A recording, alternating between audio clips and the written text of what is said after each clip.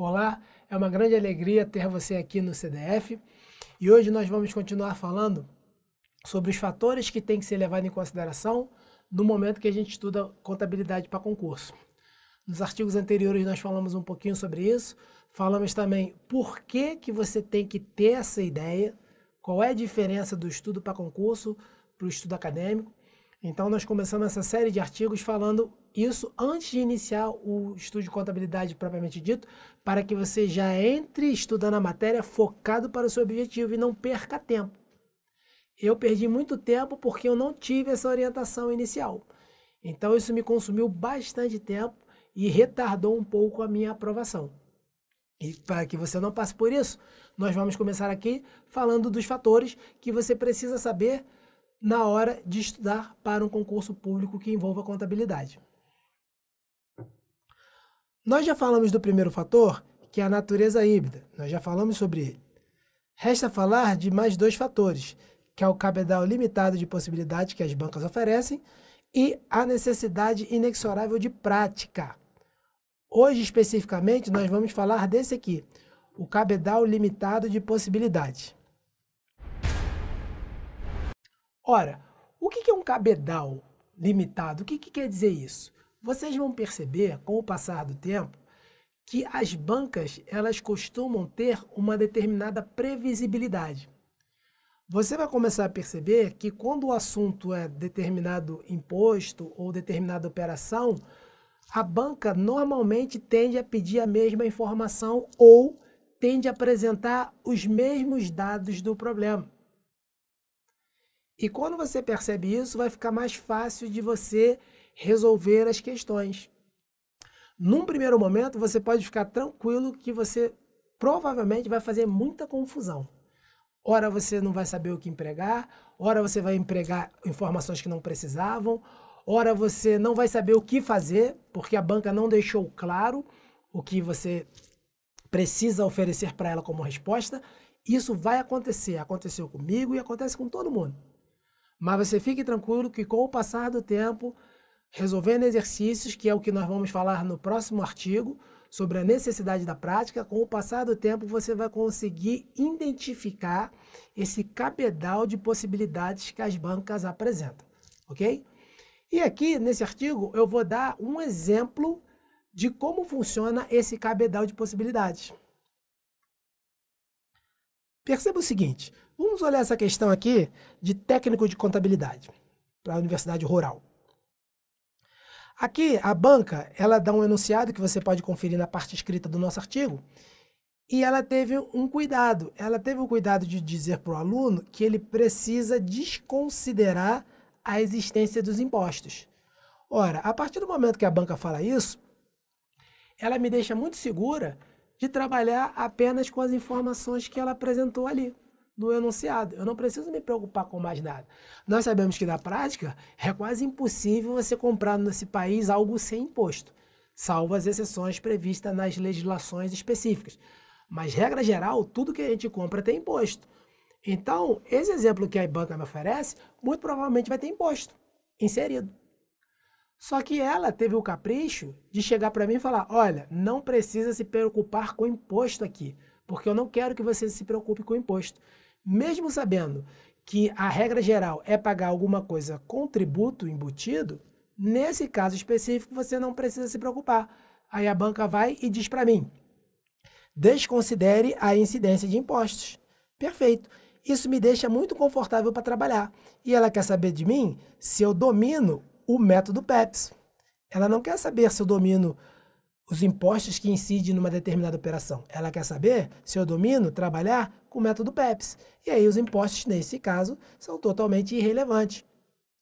E sendo assim, eu começo a resolução da minha questão. Lá no enunciado a gente tem a primeira venda, que foi essa quantidade de unidades nesse preço, e aí restou o nosso estoque, né? Lembrando que toda operação com mercadoria, a gente tem que ter sempre essa preocupação com o estoque. E aí foi feita uma nova venda. Essa nova venda, ela pegou as 300 unidades restantes e vendeu, porque nós estamos lembrando, trabalhando com o método PEPS. Então, eu tenho que sair primeiro o que entrou primeiro. Se restou 300, antes eu tenho que me livrar dessas 300 que restaram. Depois disso, sim, eu vou pegar o novo lote e vou fazer sair também, né? E aí, eu vou ter o total vendido, que é o quê? O que eu vendi na primeira venda, esse primeiro montante, esse segundo montante que eu vendi na segunda venda e esse terceiro montante que eu também vendi na segunda venda, me dando o total de itens vendidos, ok? O custo desses itens vendidos.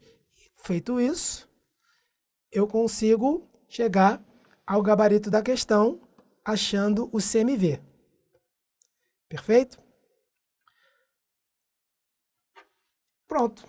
Não tem complicações essa questão. Aplicação direta dos conhecimentos que a gente tem sobre contabilidade, sobre trabalho com operações com mercadorias, inventário de estoque permanente.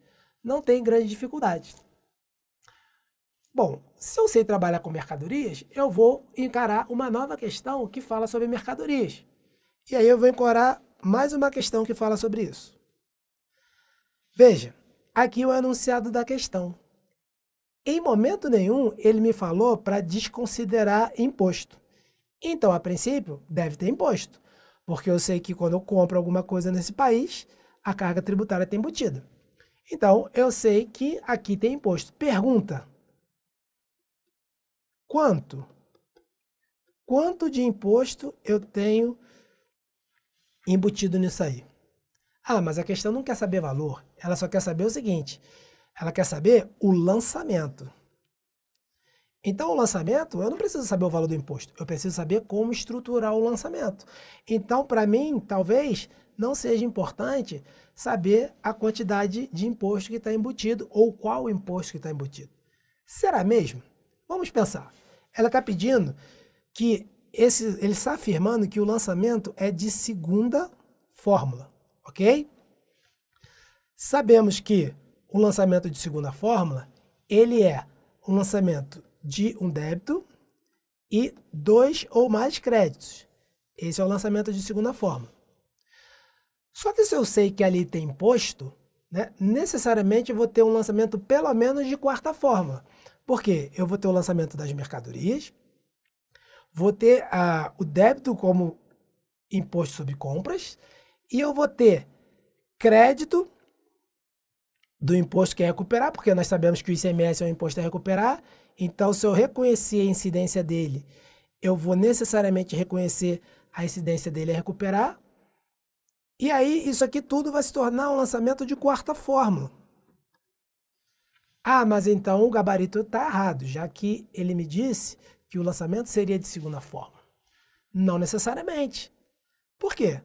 Porque eu posso raciocinar com um lançamento de segunda fórmula, e aí eu vou entender que o gabarito é certo, junto com um lançamento de primeira fórmula.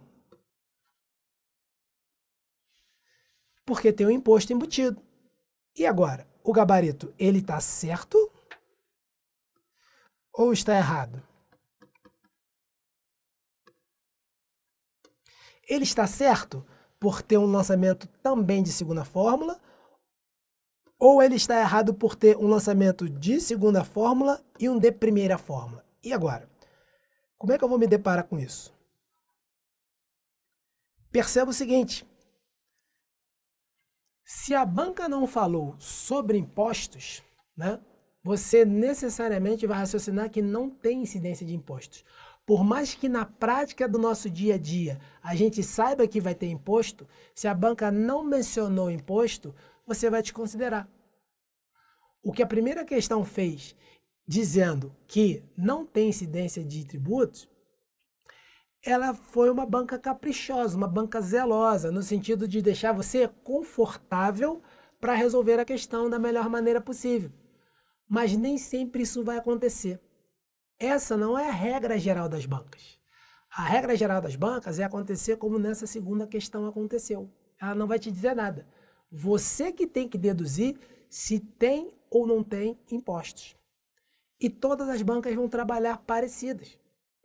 Então, se ela não teve o cuidado de dizer que não teve imposto, mas também não ofereceu os impostos que estão incidindo, significa dizer que você pode desconsiderar os impostos. É praticamente uma adivinhação. Sim, é praticamente uma adivinhação. Só não é adivinhação porque é uma coisa previsível.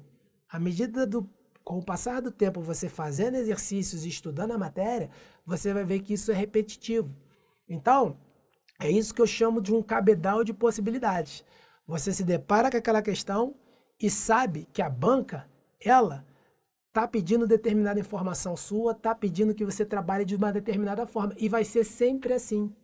Você não vai encontrar uma questão onde a banca não diga que não tem imposto e chega lá no gabarito apresentar o imposto. Ela não vai fazer isso. Por quê? Porque dentro do cabedal dela, ela se comporta desta forma. Se ela não disse que tem imposto, então não tem imposto. Você pode ficar tranquilo de raciocinar sem o imposto. E nessa segunda questão, se você raciocina que não tem imposto, você vai raciocinar com o lançamento de segunda fórmula. Por quê?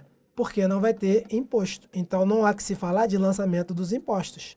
Vai ter apenas o lançamento da mercadoria e das formas de pagamento. Parte foi parcelado e parte foi pago à vista, aí debitando caixa, ou BCM, né? A gente poderia também aqui considerar BCM, né? Tanto faz. Mas isso você só pode fazer esse raciocínio e ficar seguro dele porque você conhece esse cabedal de possibilidades que as bancas oferecem. Assim como acontece nas operações com mercadorias, acontece em todos os outros temas que as bancas vão trabalhar. Por que a banca faz isso? A banca faz isso justamente para pegar o candidato despreparado.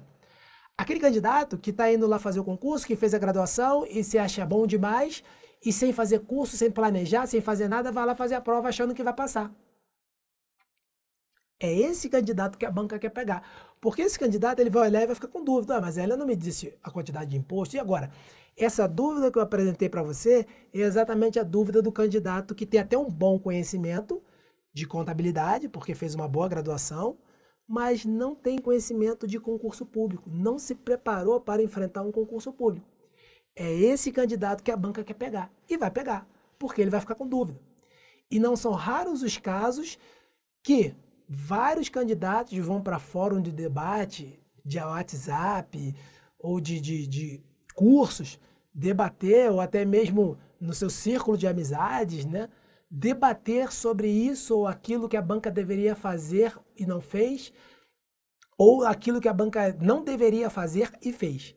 Vários são os casos de grupos de candidatos que vão fazer isso. Só que eu falo para você, meu amigo, minha amiga, que isso é uma perda de tempo.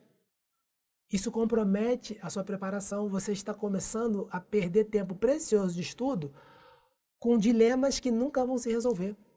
Porque todas as bancas do Brasil trabalham dessa forma. Elas esperam que o candidato conheça as possibilidades que elas trazem nas questões. Por isso que é importante você fazer o nosso curso aqui.